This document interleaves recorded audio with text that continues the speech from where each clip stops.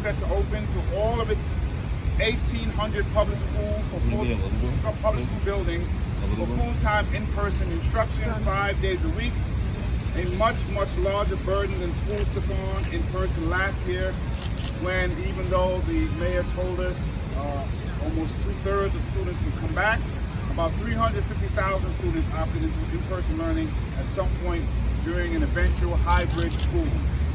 While educators and school staff are required to be vaccinated against COVID-19, and students ages 12 and older are eligible for Pfizer vaccine, all students younger than 12 are unable to be vaccinated.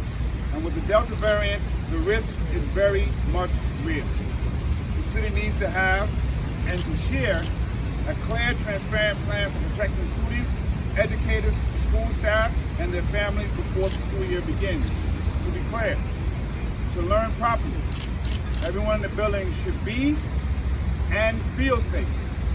Even if you don't feel safe, you don't have an opportunity to learn the way you should.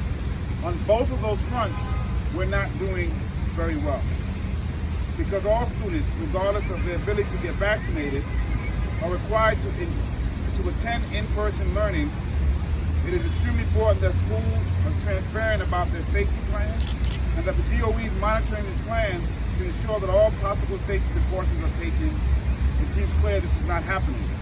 The DOE must provide a remote learning option for students and educators who do not feel comfortable attending learning in person.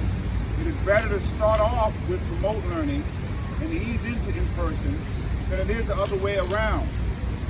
We said all this last year before we tried to do the exact same thing. It's deja vu all over again, in the words of Yogi Berra. Approximately 1,500 classrooms are still undergoing ventilation repairs with no publicly set deadline for completion. Thousands of classrooms have been cleared by the DOE as having adequate ventilation for safe in-person instruction, even though they do not meet the COVID-19 standards. At least 4,000 of these classrooms rely on exclusively an open window for ventilation as we go into the winter months. It's unacceptable that this much time to plan, we still have similar results as we did when we tried to fling open the doors too early last year.